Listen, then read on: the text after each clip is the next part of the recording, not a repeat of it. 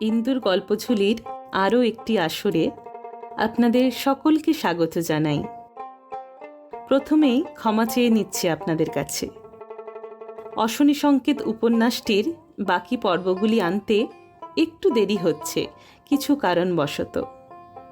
তবে আজ রয়েছে একই লেখকের রচিত একটি অত্যন্ত মর্মস্পর্শী ছোট গল্প।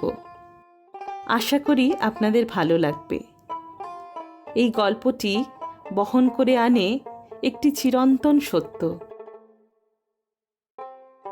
নমস্কার, আমি চৈতালি। শুরু হচ্ছে আমাদের আজকের গল্প, বিভূতিভূষণ বন্দ্যোপাধ্যায় রচিত গল্প ৯।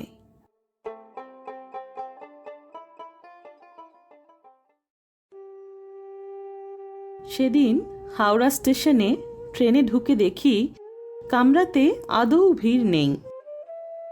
সকালের ট্রেনে কামরা অনেকটা খালি পাওয়া যায় বটে। নিজের ইচ্ছা মতো বিছানা পেতে নিয়ে বসেছি। এমন সময় একটি বৃদ্ধ একটি শিশুকে কোলে নিয়ে ঢুকল এবং আমার বিছানার অদূরে বসল। খবরের কাগজ পড়বার ফাঁকে খবরের কাগজের ওপর দিয়ে ওদের চেয়ে দেখলাম। এমন একটি দৃশ্য আমার চোখে কখনো পড়েছে কিনা সন্দেহ। বৃদ্ধ পরম যত্নে শিশুটিকে কোলের মধ্যে আঁকড়ে রেখেছে, কিন্তু শিশুটির চেহারা দেখে মনে হলো বেশি দিন পৃথিবীর আলো বাতাস ওকে ভোগ করতে হবে না। শুধু কখানি হাড়ের ওপর চামড়া দিয়ে ঢাকা, মাংস আদৌ নেই বললেই চলে। সেই জন্য হাঁটুর ও পায়ের নিচের চামড়া কুঁচকে জড়ো হয়ে এসেছে। মাথার চুল উঠে যাচ্ছে। মাথার চারিদিকে বড় বড় ৭-৮টি ঘা।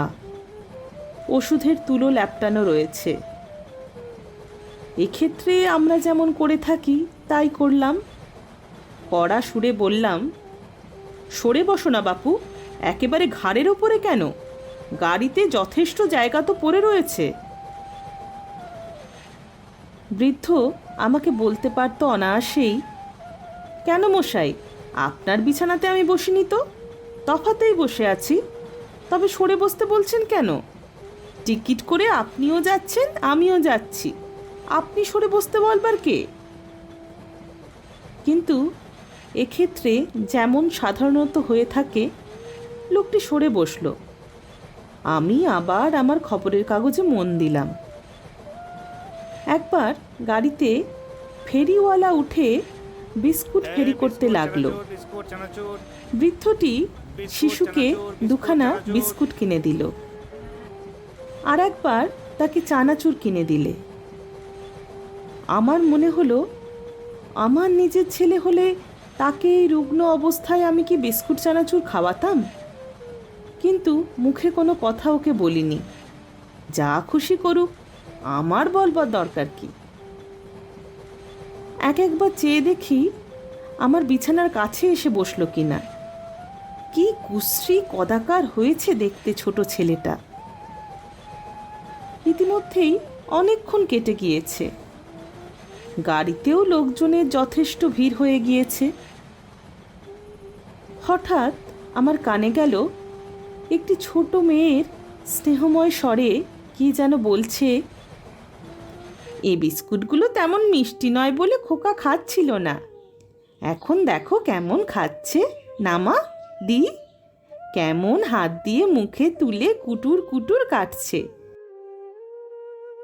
এমন ধরনের কথা এবং এমন ধরনের সুর আমার কাছে অত্যন্ত পরিচিত বলেই প্রথমে ওই কথাটা আমার অন্যমনস্ক মনকে আকৃষ্ট করে। আমাদের ছোট্ট খোকাটি যখন তার মামার বাড়ি যায়, তখন তার ছোট মাসি ও মামাতো বোনেরা এমনই স্নেহ মাখা আগ্রহ নিয়ে খোকার প্রত্যেকটি তুচ্ছ কাজ এবং অকাজ লক্ষ্য করে এবং ওই রকম সুরে সহর্ষ মন্তব্য করে। সোজা হয়ে উঠে বসে ভালো করে চেয়ে দেখলাম। ইতিমধ্যে কখন দুটি স্ত্রীলোক এসে গাড়িতে ঢুকেছিল আমি লক্ষ্য করিনি। একটি তরুণী বধূ, মলিন শাড়ি পরনে, রুক্ষ চুল, মুখশ্রী সুন্দর, চোখ দুটিতে পল্লী প্রান্তের শান্ত অবসর। বধূটির পাশে আধা বয়সী একটি থান পরা স্ত্রীলোক, কিন্তু এর রং কিছু ফর্সা, তরুণীটির রং কালো। দুজনেই থলে নিয়ে চলেছে এই ট্রেনে চাল আনতে। এরা সম্ভবত উঠেছে বাগনান স্টেশনে, যাবে বোধহয় ঝাড়গ্রামে। প্রত্যেক স্টেশনেই দেখেছি চাল আনবার জন্য পল্লীর গরিব মেয়েরা ভিড় করে উঠেছে। কোথা থেকে এরা চাল আনে তা ঠিক বলতে পারবো না। এরা দুটিও সেই দলের লোক। এদের সঙ্গে ৮-৯ বছরের খাটো কাপড় পরা খুকিটি বোধহয় আধা বয়সী স্ত্রীলোকটির মেয়ে। তরুণী বধূটি জিজ্ঞেস করছে বৃদ্ধটিকে, সেখানে তারা বুঝি রাখলে না? এদের আগের কথাবার্তা আমি শুনিনি। কারা রাখলে না, কোথায় রাখলে না, এসব কথা নিশ্চয় আগে হয়ে গিয়ে থাকবে। বৃদ্ধ বললে, না গো, তাই তো একে নিয়ে যাচ্ছি। মা কতদিন মারা গিয়েছে বললে? তখন 7 মাসের। শুনেই মেয়ে দুটি পরস্পরের মুখের দিকে চাইলে। তরুণীটি বললে, আহা। অন্য মেয়েটি জিজ্ঞেস করলে, এখন একে কোথায় নিয়ে যাবে? বাড়িতে নিয়ে যাচ্ছি। এ কি সেখানে দেখবার লোক আছে? না গো, কেউ না, আমাদেরই দেখতে হবে। ডাক্তার দেখানো হয়েছে? কিচ্ছু না, পরে কি করে গো। বয়স কত হলো? এই 11 মাস। আহা, শরীরে শুধু হাড় আর চামড়া সার হয়েছে। তা ভাগ্যের দোষ, কি করব। এখন ওপরওয়ালা যদি বাঁচান তবেই বাঁচবে। কি খেতে দিচ্ছ? কি দেব, যা চোটে। আমি একা মানুষ বলেই তো কলকাতায় ওদের ওখানে রেখেছিলাম। এমন হাল করবে তা কি করে জানবো? কবে এখন খবর দিয়েছে নিয়ে যাও।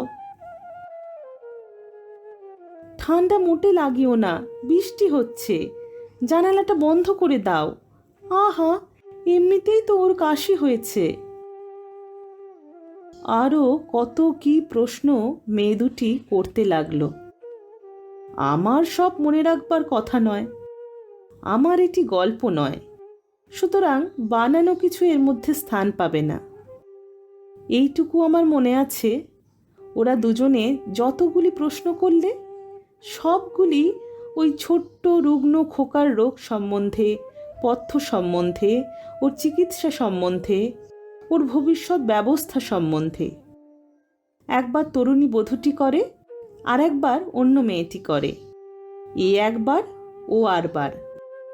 যা কিছু প্রশ্ন সব ওই খোকাকে ঘিরে। আর ওদের চোখে, বিশেষ করে সেই তরুণী বধূটির চোখে অদ্ভুত স্নেহঝরা দৃষ্টি। একবার খোকা হাঁচল। তরুণী সঙ্গে সঙ্গে বলে উঠল, জীব। আমার অন্যমনস্কতা চলে গিয়েছে ততক্ষণ। আমি বিস্মিত হয়ে উঠেছি।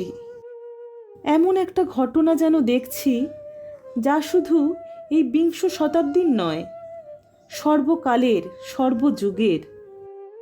মানুষের প্রতি মানুষের হিংসায়, শঠতায়, নিষ্ঠুরতায়, স্বার্থপরতায়, ঈর্ষায় যে 20 শতাব্দীর নভমণ্ডল আজ ধূমমলিন, যে 20 শতাব্দীতে আছে শুধু অর্থের আদর, সেখানে এই ময়লা শাড়ি পরনে দরিদ্রা পল্লীবধূটি ও তার করুণাময়ী সঙ্গিনী এক নতুন বার্তা শুনিয়ে দিলে। সে বার্তা নতুন হলেও হিমালয়ের মতোই পুরনো। এই গাড়ির মধ্যে এত পুরুষ মানুষ ছিল, কেউ ফিরেও চেয়ে দেখেনি ছেলেটার দিকে। সনাতনী মাতৃরূপা নারী দুটি এসে এই মাতৃহীন মৃত্যু পথযাত্রী শিশুকে মাতৃস্নেহের বহু পুরাতন অথচ চির নতুন বাণী শুনিয়ে দিলে। সেদিন সে ট্রেনের মধ্যে গুটি কয়েকক্ষণের জন্য বিংশ শতাব্দী ছিল না, সমাজদ্রোহী কালো বাজার পুষ্ট লোভী বিংশ শতাব্দী ছিল সেই অমর মাতৃলোক। বিশ্বের সমগ্র জীবজগৎ যার করুণাধারায় বিধৌত। পাঁশকুড়া স্টেশনে বধূটি ও তার সঙ্গিনী ট্রেন থেকে নেমে গেল।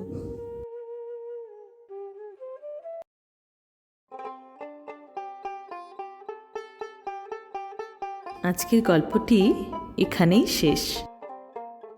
কেমন লাগলো গল্প পাঠ জানাতে ভুলবেন না কিন্তু। আপনাদের মতামতের অপেক্ষায় থাকব। আর যদি ভালো লেগে থাকে তাহলে সাবস্ক্রাইব করে পাশে থাকার অনুরোধ রইল। এবং যদি পারেন ভিডিওটি বন্ধুবান্ধবদের মধ্যে শেয়ার করে নেবেন।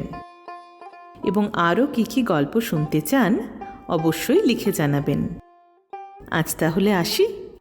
নমস্কার।